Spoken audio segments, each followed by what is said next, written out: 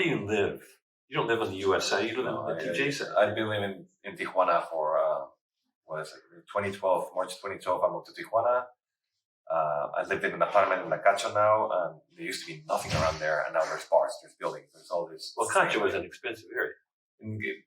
Back in the day, my apartment wasn't that expensive. I still know the owner; he's a friend of mine. How expensive? Tell our American viewers how expensive it was. I was paying $300 or $350 for a one-bedroom apartment that was pretty big behind Las Amaderas.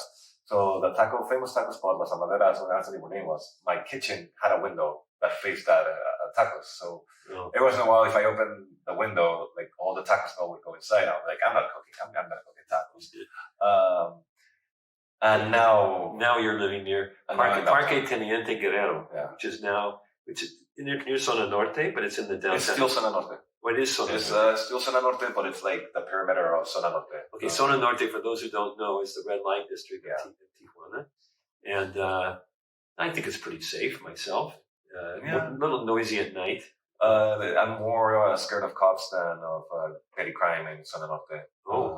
Because? They think I'm just a white guy looking for trouble. So I've gotten away with like, I live in this corner, but like sometimes they don't like it when you like confront them. I have more stories like that cover that just came out, but I'm not really afraid of petty crime in Zona Norte. I'm more afraid of just cops stopping me. And so what do you do when a cop stops you? You tell them you live here. That's another cover story I wanted to write about because I still haven't figured it out. Sometimes if you're just like, hey, I don't want any trouble, here's my ID, they leave you go. But sometimes they just kind of want to hassle you. So you pay them money? No. I've paid them money before. How much? $10? No, more. They're like, everything's getting expensive. The bribes, the more details, more expensive now. Yeah. So you can't get by with $10. No, even at 20, they'll look at you like the dollar went under a little bit, so even $20 is like 340 pesos now, and they'll ask for like 500 pesos, or more like $30. Oh wow! And they'll go up. Like there's stories of cops stopping people and asking for ludicrous amounts of like 200 and more, which like But I was thrown in jail just like 5 months ago.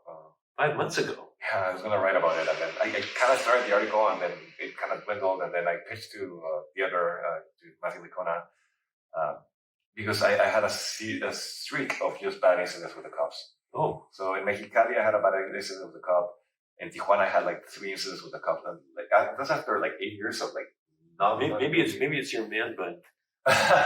They don't like your haircut. It's the tattoos. The tattoos. There's still that mentality with some cops that like, if he has tattoos, he's looking for trouble, or he's looking for drugs, or he's looking for something. Okay. 6'4" white guy walking around Tijuana, and sometimes when I speak perfect Spanish, they don't like it because they assume I'm gonna be American, and when they hear me speaking perfect Spanish, they get angry that they didn't get they're embarrassed maybe. So how long? What's the longest time you stayed in jail? You only stayed in for a few hours, right? 2-3 hours the first time, and that was like back in 2014, 2015. I wrote about it under a different name. So even my archive has. It was Chad who told me, please don't write with your real name. Yeah, there's like 7 cop stories with. So there's stories on the reader website without your name. Yeah. Okay. Miss Ratchy used that name for people that wanted to go with a different name. What was it, Carlos Bay? Yeah. Oh, Carlos Bay. That was mine. Oh, yeah. Okay. In the early years of the reader, I used that name. So, but let me ask you this. Carlos Bay has a bunch of stories. Okay, well, but answering my question, how long is the longest time they kept you? And the first time was like 2-3 hours, and then the police apologized, and I went to see the judge, and I told him why I was there, and he just went like, "Go away." The second time was just recent. It's a long story, but it was.